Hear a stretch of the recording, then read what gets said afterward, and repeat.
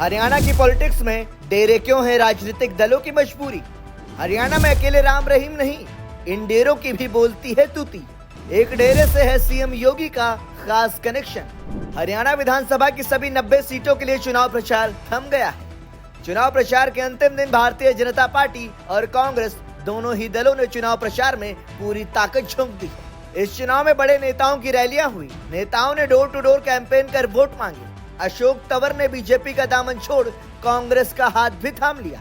लेकिन सबसे अधिक चर्चा हो रही है डेरा सच्चा सौदा की। दरअसल ऐन मतदान के वक्त पैरोल पर जेल से बाहर आए राम रहीम ने अपने डेरे में एक बैठक बुलाई, जिसमें बड़ी संख्या में उसके अनुयायी पहुंचे थे। हालांकि चर्चा में मतदान को लेकर किसी तरह के संदेश से राम रहीम के अनुयायी इनकार कर रहे हैं।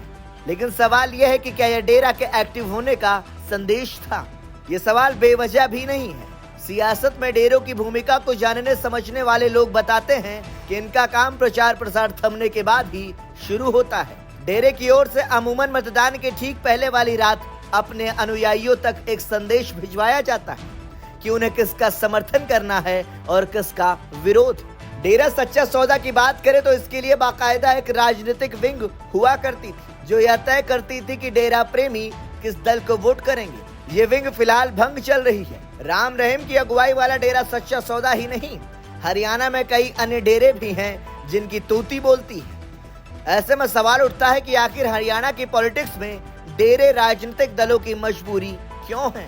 सियासत में डेरों का प्रभाव समझना है तो उनके अनुयायियों की तादाद और वोटिंग पैटर्न भी समझनी होगी। संत गुरमीत सिंह जी, राम रहीम जी इंसा के डेरे की बात करें तो इसका हरियाणा के 6 जिलों फतेहाबाद, कैथल, कुरुक्षेत्र, सिरसा, हिसार और करनाल में मजबूत प्रभाव है। हरियाणा की कुल 90 में से 26 विधानसभा सीटें इन जिले में हैं। डेरा सच्चा सौदा की कुल 38 शाखाएं हैं, जिनमें से 21 तो हरियाणा में ही हैं। फतेहाबाद, टोहाना जैसी विधानसभा क्षेत्र में डेरे के अनुयायी इतने हैं कि बस अपने ही वोट से किसी भी उम्मीदवार को जिता सकते हैं। हरियाणा में बीजेपी बनाम कांग्रेस, कांग्रेस बनाम इंडियन नेशनल लोकदल की लड़ाई में भी अगर अन्य छोटी पार्टियों के उम्मीदवार और निर्दलीय अच्छी संख्या में विधानसभा पहुंचते रहे हैं तो इसके पीछे डेरा पॉलिटिक्स का ही अहम रोल माना जाता है।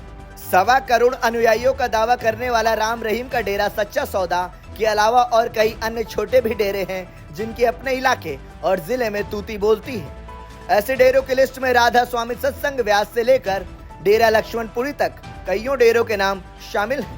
तो आइए एक नजर डालते हैं। लक्ष्मणपुरी डेरा, रोहतक का लक्ष्मणपुरी डेरा भी हरियाणा के प्रभावशाली डेरों में गिना जाता है। जूना अखाड़े के कपिल मुनि महाराज इस डेरा की गद्दी पर काबिज है। कपिल मुनि महाराज के प्रदेश में लाखों अनुयायी होने का दावा डेरे की ओर से किया जाता है।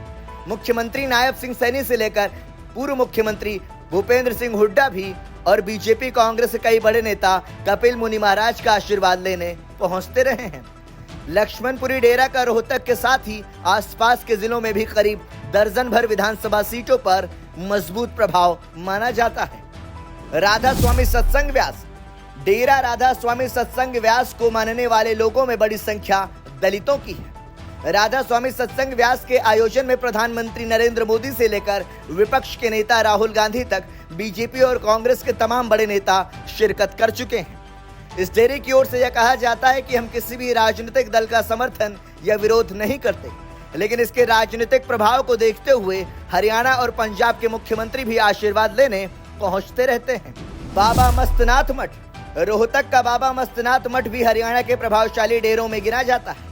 नाथ संप्रदाय के इस मठ की गद्दी पर काबिज बाबा बालकनाथ नाथ संप्रदाय के राष्ट्रीय उपाध्यक्ष हैं, जबकि नाथ संप्रदाय के राष्ट्रीय अध्यक्ष उत्तर प्रदेश के मुख्यमंत्री योगी आदित्यनाथ हैं। बालकनाथ यादव जाति से आते हैं और इस डेरे का प्रभाव सूबे के अहिरवाल बेल्ट, खासकर महेंद्रगढ़ और रोहतक में मजबूत माना जाता है। निरंकारी डेरा, हरियाणा के अंबाला, कुरुक्षेत्र, यमुनानगर, सोनीपत और करनाल समेत कई जिलों में निरंकारी डेरे का भी अच्छा खासा प्रभाव है। निरंकारी डेरे के अनुयायियों की संख्या भी लाखों में बताई जाती है और ऐसा कहा जाता है कि करीब आधा दर्जन जिलों की दर्जन भर विधानसभा सीटों पर जीत हार तय करने में निरंकारी डेरों के अनुयायी अहम भूमिका निभाते हैं। ये डेरे भी हैं प्रभावशाली।